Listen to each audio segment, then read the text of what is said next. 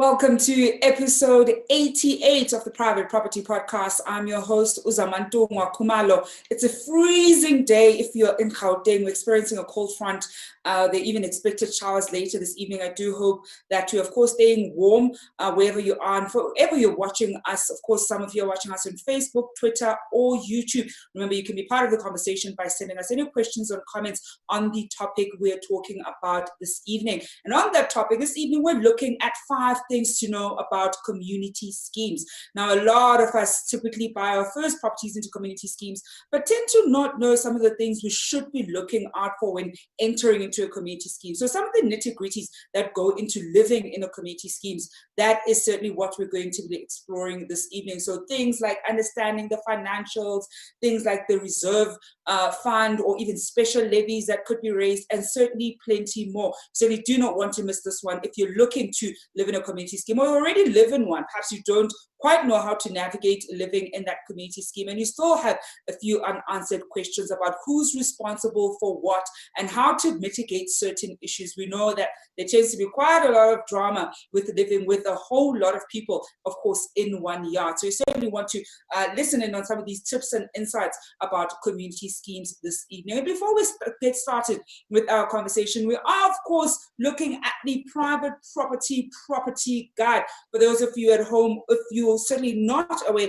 this is, of course, a book by Private Property that covers essential topics for first-time buyers on buying, selling, renting, and even investing. And it certainly is a must-read for anyone who is wanting to understand the ins and outs of property. You're probably wondering where you can go and get your copy of the Private Property Guide. You can go on www.thepropertyguide.co.za. And of course, it is currently on promotion and going for 150 rands. But do hurry, this is a limited offer. So go to www.thepropertyguide.co.za so that you can be able to find out how you can get your hands on the property guide. It certainly is a useful tool, whether you're a property investor, perhaps you're buying, you're selling, or even if you're a tenant and you want to better understand things that relate to property. Now, of course, on one of those things that relates to property, we are looking at community schemes. And to help us better understand some of the things that we certainly need to know when it comes to community schemes this evening,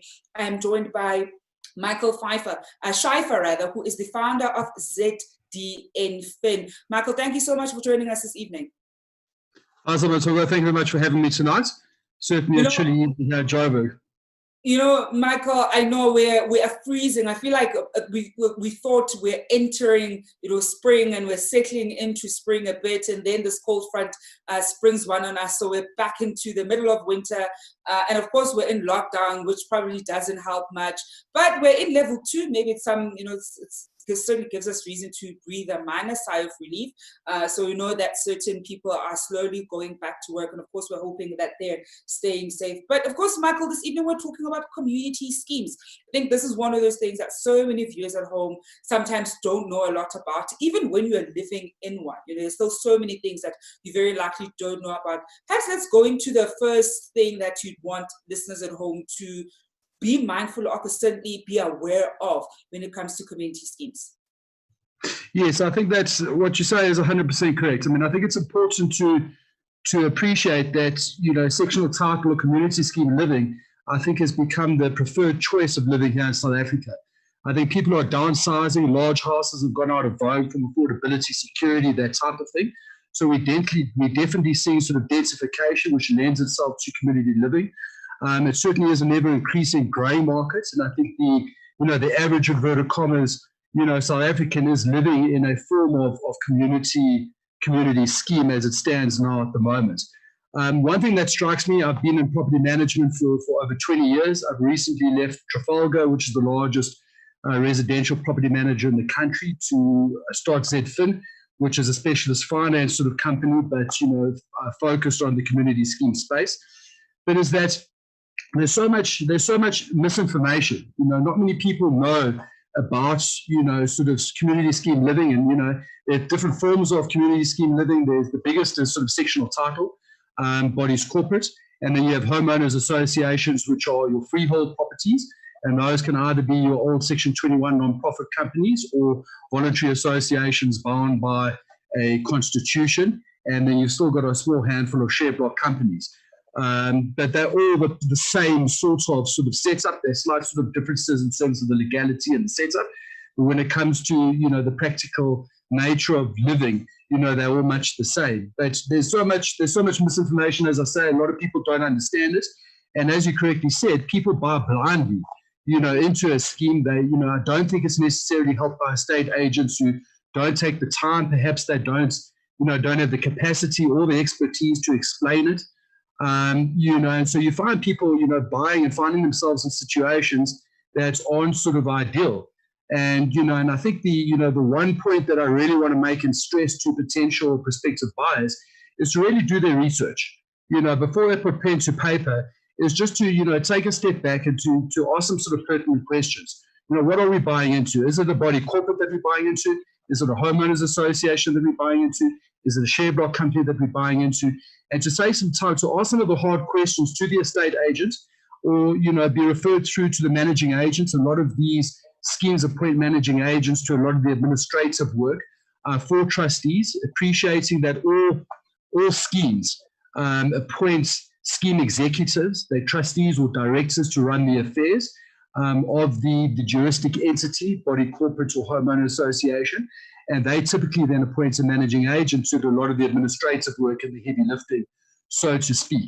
But I think it's absolutely critical that they ask the questions, to take time to have a look at the financials, to understand what they're buying into. What people don't necessarily understand is that they're jointly and severally liable for all the assets and liabilities of that juristic entity. To have a look at the rules, to understand what they can and what they can't do. The most emotive one typically finds is, I call it the 3 Ps. It's the parking, pets, and obviously people. But, is it a pet-friendly complex? Are there limitations in terms of pets? What are and aren't you allowed? Parking bays, visitor parking bays. And also to take the time to, meet with the trustees. Meet with the trustees and sort of, get a feel for how they run affairs. Just, try and understand sort of the culture, of a scheme to make sure it's a good fit. Because once you put pen to paper and you bought, you're kind of bound, by those rules. You bought into it. And very often people find themselves, in a situation where they're now bound by rules that they didn't necessarily know and that don't suit their sort of lifestyle. So, and then again, when it comes to residential, you do find that it's highly emotive. When it's work and it's commercial and, we're sitting down, we're rational, but, when it's, now it's freezing cold, now it's night, you're home, and if you haven't got hot water, it affects you personally. And, and that's why we find people are so sort of emotive and, get so personal. Michael, you've certainly mentioned a few of the key things that we need to be looking out for. And I actually want to go to one of the first ones you mentioned, and it's that idea of understanding what you're buying into. So whether you're buying into a body corporate, a homeowners association, or perhaps a share block, perhaps briefly explain to our viewers at home what the difference between these three are, because I can imagine that so many viewers at home are probably using these interchangeably. As we say, the differences are relatively small, but there is a difference. So you almost want to get a sense of what it is that you're buying into and what the difference is, even as you're viewing the different properties that you potentially want to shortlist to move into. Okay, so that raises quite an important point, is that the legislation changed back in 7th of October 2016, and the Community Service Act came about.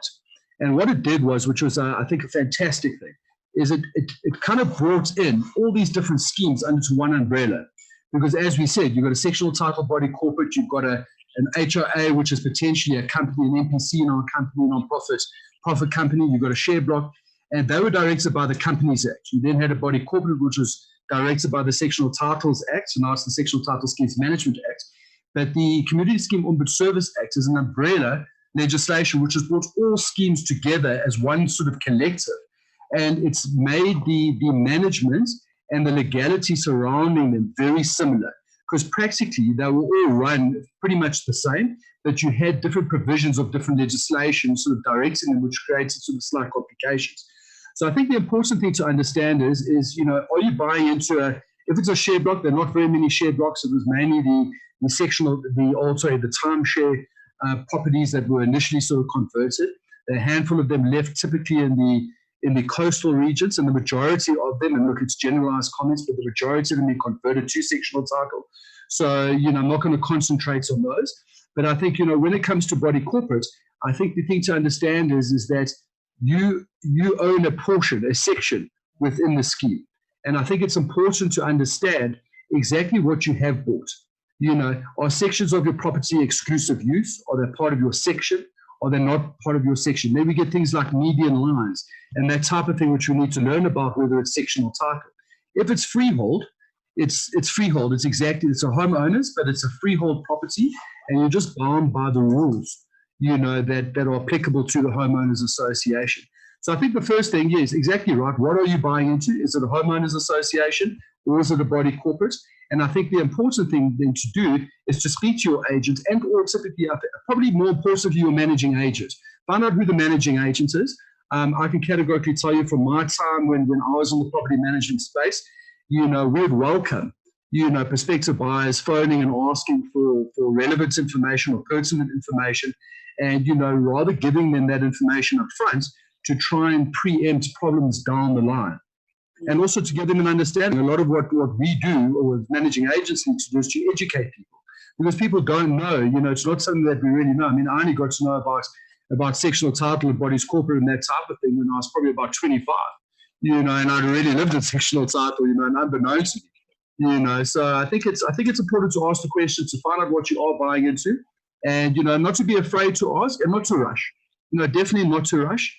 And as I say, managing agents, speak to the trustees, maybe speak to some of your neighbors to get a feel for, just sort of just sort of the culture in the body corporate. Are they young people or are they old people? Is it a mixture? Because, that's all pertinent. On a Friday night, if you want to have a drink and, have a little bit of music playing, that, all your neighbors are, 75 years old, they might not appreciate that. And likewise, if all your neighbors are 25, you might not appreciate it when they're having a couple of drinks on the Friday evening. So I think that's important. And, I think, you just want to take a little bit of time and not rush it. Yeah.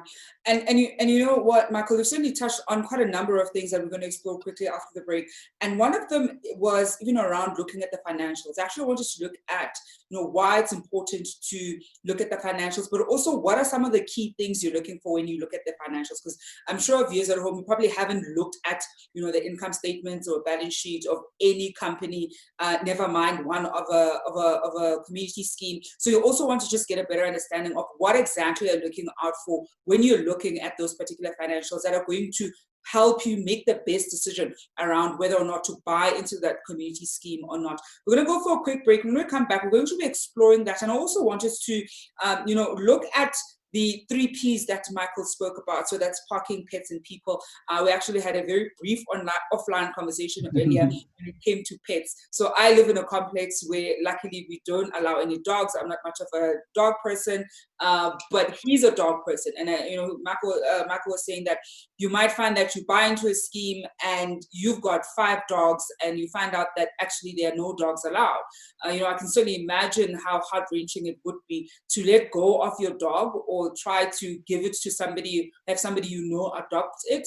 And it's certainly not easy to try and find another place to buy because you would have just bought this particular property. So these are certainly some of the things that you need to be aware of before you buy into community schemes. We're going to go for a quick break. We're going to come back. Certainly want to hear your questions and comments when it comes to community schemes. Perhaps you once bought into one and you weren't quite sure what the rules were. What were some of the rules that you found out after the fact that essentially affected you while you were living there? And how do you go about mitigating them? Because I think, oftentimes these things happen and we're not quite sure how to deal with it. I certainly want to hear from you at home how you went about dealing with that. We're going to go for a quick break and we're going to be back just after this.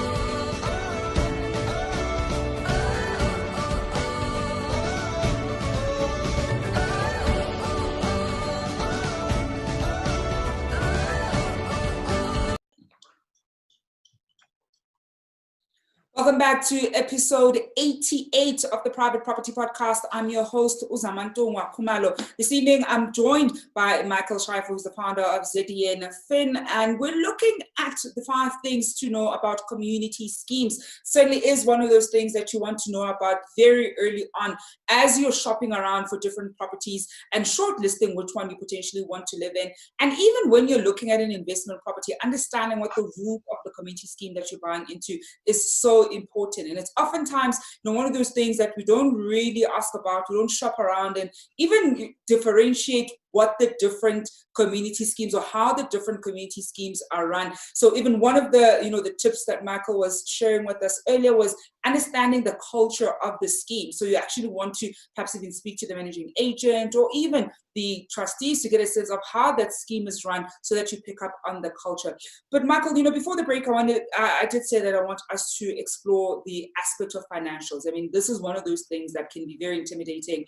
I'm a trustee in some of the properties that I own or in some of the sectional title schemes that I've bought into, and you have to deal with, financials quite regularly. We have to assess them on a quarterly basis and make decisions as trustees as to whether, we're increasing the levies, what needs to be sorted out, are we budgeting effectively, and all these kinds of things. But if you're at home and you've certainly never experienced that side of a community scheme, you're about to buy into it and you do request, suppose, the financials, or perhaps the agent you're dealing with is proactive and part of the pack that they have for their apartment actually includes the financials.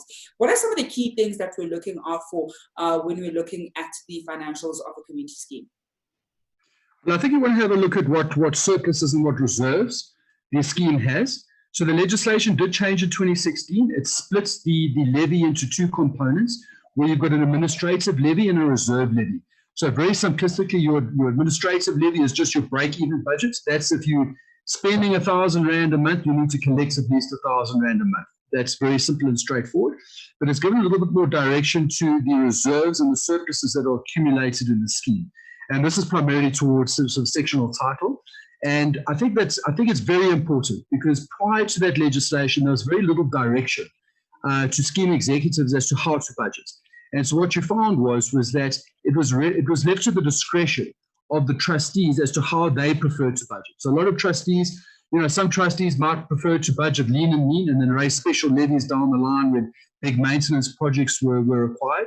And we all know owners don't like sort of special levies and big shocks, out of the blue. They can't sort of budget for it. Whereas, some trustees like to have sort of higher levies and accumulate surpluses over term to guard against sort of unforeseen sort of special levies. All the legislation's done is it's come in and it's said, right, it's given some direction in terms of the reserve levies. It requires now that there's a proper maintenance plan that is formulated, it's presented to the owners so they understand what maintenance is going to happen, when it's going to happen, and what some of the associated costs are. And then that maintenance plan talks towards your reserve levy. And they're then minimum amounts as well, because sometimes the reserve levy, if done in strict accordance with the maintenance plan, might not be immediately affordable. So it might be something that the scheme needs to work towards. So I think you want to have a look at maintenance plans. You want to have a look at your reserve balances and surpluses. I think you want to have a look at the arrears. How many owners are in arrears? Because the cash flow of the scheme can be negatively affected if a large number of owners are in arrears, which then sort of affects the daily running of the scheme and can potentially lead to erosion of value. I also think, one point which I didn't mention, but I think what's critical is also to have a look at how many owner residents are in a scheme. Is it all investment buyers that have just got tenants in there that aren't too interested, that just want their rental every month to maximize their returns? Or is it people that actually live there, that actually care? They want a nice, harmonious sort of environment. They want to ensure that values are retained.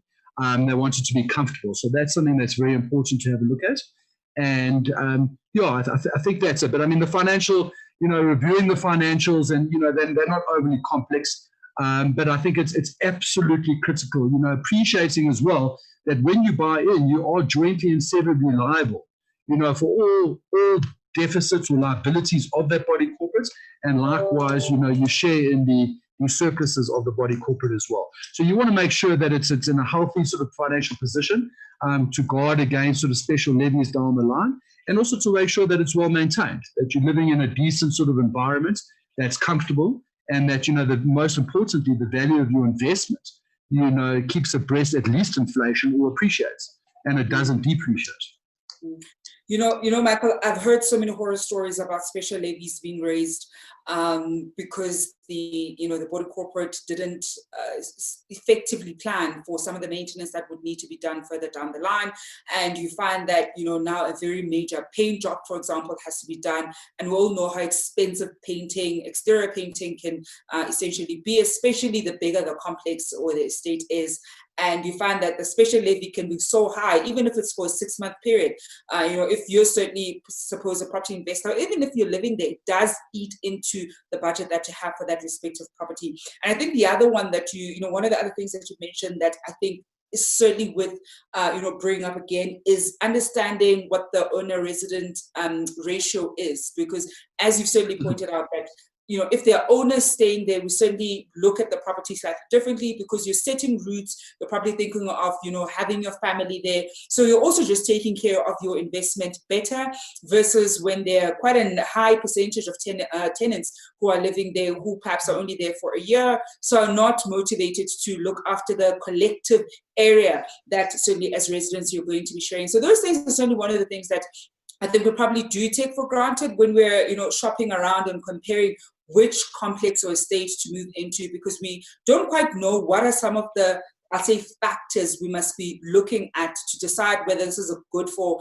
investment purposes or perhaps you want to ultimately move in there. We're, of course, taking questions and comments from our viewers at home who want to find out more about sectional schemes and how they go about working. I think this is one of those conversations that we're going to have more than once because it is one of those things that so many of us don't talk about. Sometimes we don't know who to ask. Sometimes you might find that agents, don't have all the info and perhaps they don't want to go and chase the information to give you before you sign on the dotted line. We've got 2 questions here from Omogeti Mukumane. And the first question, Michael, is when are corporate body rules, or in a body corporate rules rather, in sectional titles compiled for new developments?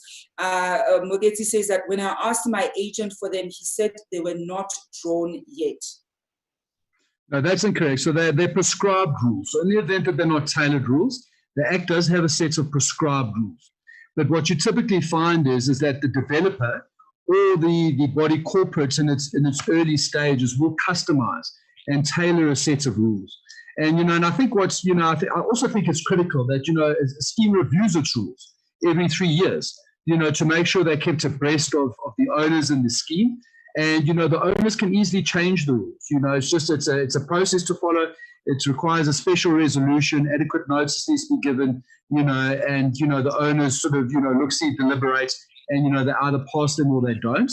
And now the umbit, the community scheme umbit, they've got jurisdiction. They need to sign off on the rules to make sure that they're fair and that they're palatable and equitable. And, that's a very good thing as well. So, so if there are no rules, it defaults to the prescribed rules in terms of the legislation. So there's no scheme that cannot have any rules. And the second follow-up question from Moketsi is actually around, Moketsi asks, how can I as a buyer influence what rules are adopted? So let's assume this is in the new development. Well, I think if you're buying in, you wouldn't be able to affect or change the rules that are currently in existence as a prospective buyer. But what you certainly could do is you could chat to the trustees and sort of gauge their appetite, to consider some of the suggestions that you had, and, they might be perfectly reasonable. Maybe the rules are outdated, and they need sort of an upgrade. And it's one of those things. I mean, you must also remember that, if you're looking at the community scheme market, it's a R1 trillion industry, run by volunteers with no minimum level of education, typically with alternate jobs. So it very often falls through the cracks, or it's the managing agent that's got to sort of pick them up.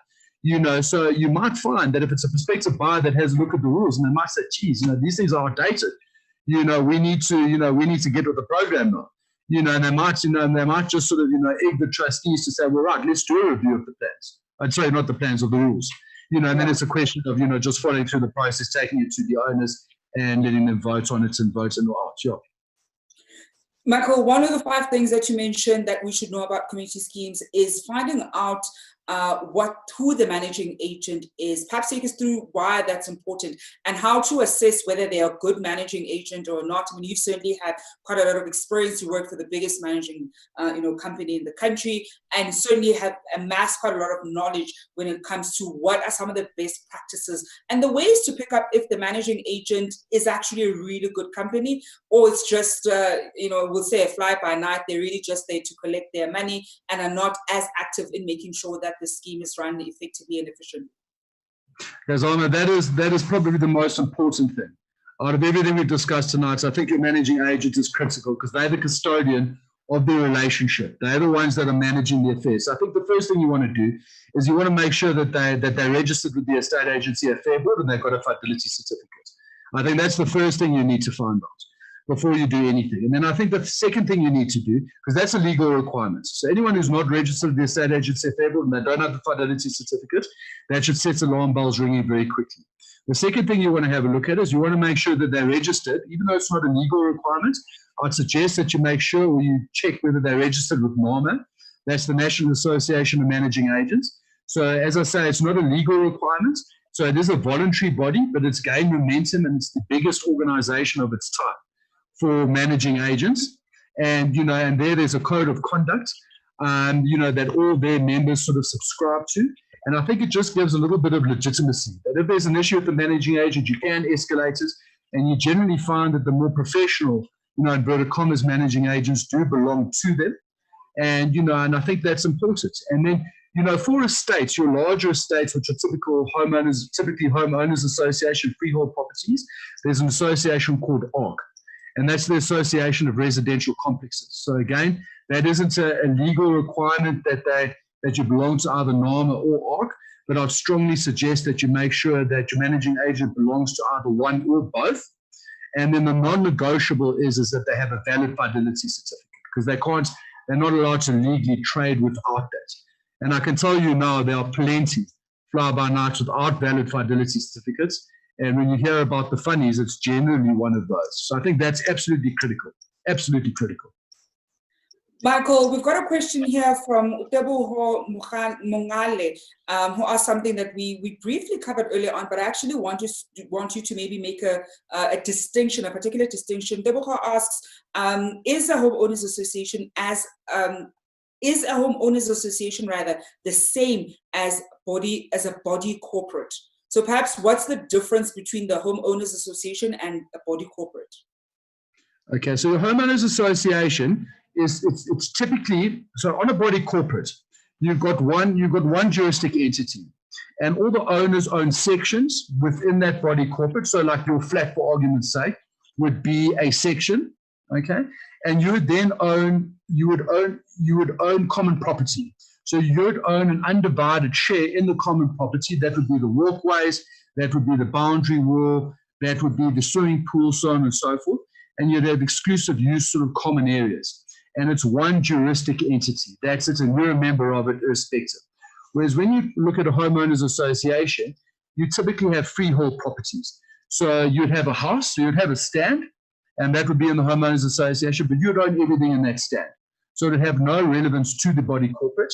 And for argument's sake, it would have relevance when it comes to insurance. So you'd be responsible for your own insurance, whereas on the body corporate side, the body corporate would be responsible for the insurance, and you would have common property. Whereas on the homeowners, yes, you do have common property, but it's far less than in a body corporate. And I think, does that explain it? Yeah, I think it certainly does. I think a very good example is probably if you look at a lot of estates that have houses, they're typically homeowners association, whereas a lot of the complexes that a lot of us live in, or perhaps if you live in a flats, you find that those are typically body corporates. But certainly a lot of the estates, you have your actual house and your neighbor has their own house. Those that would typically be a homeowners association. That's Michael, correct, yeah. Before I let you go this evening, any last final tips for viewers at home that they need to be mindful of when it comes to community schemes? I think it's what I said. I mean, just to reiterate what I said in the beginning. I think, take the time to do the research. Understand what you're buying into. And I think what's very important is, ask the agent the questions. You want to know who the managing agent is. You want to speak to the portfolio manager or the contact person and the managing agent to find out about the scheme. Very often they know more than anything. Ask for the financials. If you don't understand the financials, ask whoever does your tax, or ask someone in the family who understands finances to explain it. Ask the managing agent to explain it. They're generally, quite well versed sort of financially to explain. All you want to know, are they solvent, are the cash flow is good, so on and so forth. And critically, understand the rules, understand what you're buying into, understand what rules you're going to be bound by, understand the culture of the complex that you're buying into. I think take a little bit of time, rather do a little bit slowly, don't rush it too fast, understand, and I think just that little bit of research and that little bit of preparation will save, potentially a lot of anguish and sort of frustration and stress down the line.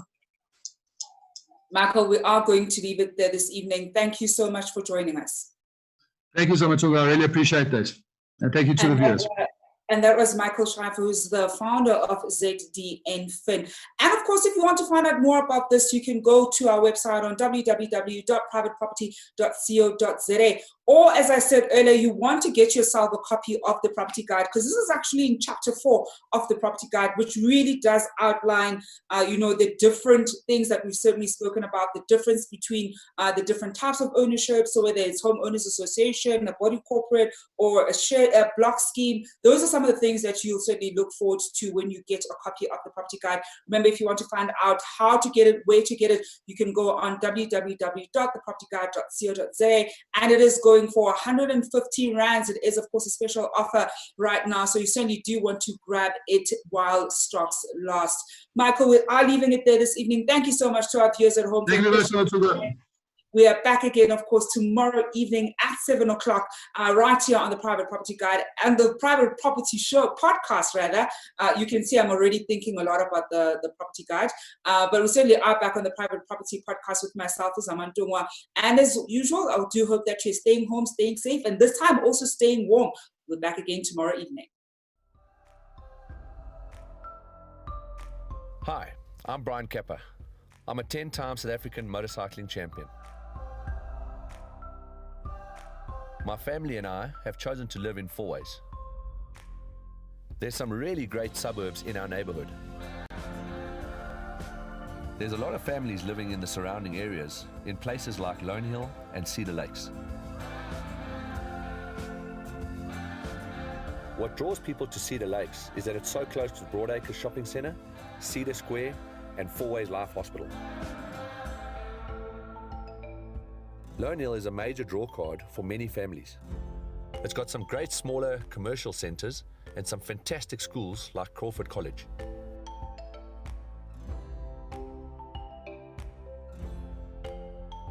From an entertainment point of view, Monte Casino really comes alive at night. There's so much on the go and there's an incredible energy in the area. Our family just loves the fast-paced lifestyle that Fourways brings. But honestly, the thing that attracted us most to this area was the active lifestyle that it offers. As a family, we've chosen to live in Fourways because of the lifestyle and convenience, and this is our neighborhood.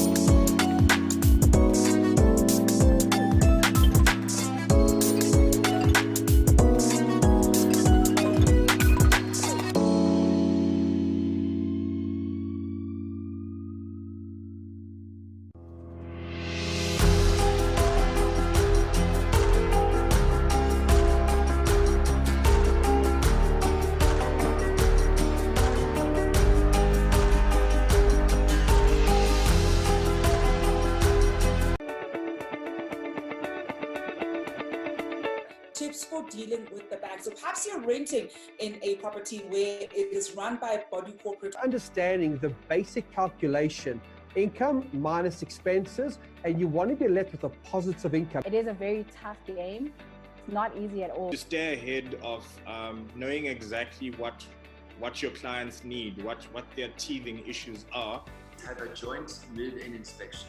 That a lot of people that are coming into sectional title homeowners associations are just like you described, not only first-time homeowners, but first-time owners and residents in community schemes. They get to see the perspective from the other side of the aisle. And I think that's a really important thing to do. It's a market that's estimated to be transacting at least 9 billion rand per year. So it's a huge market. In order to get there, you need to be able to build up a track record. Your cash flow model needs to be sharp. A quote comes to mind. The best time to buy a property was about 10 years ago. The next best time is now.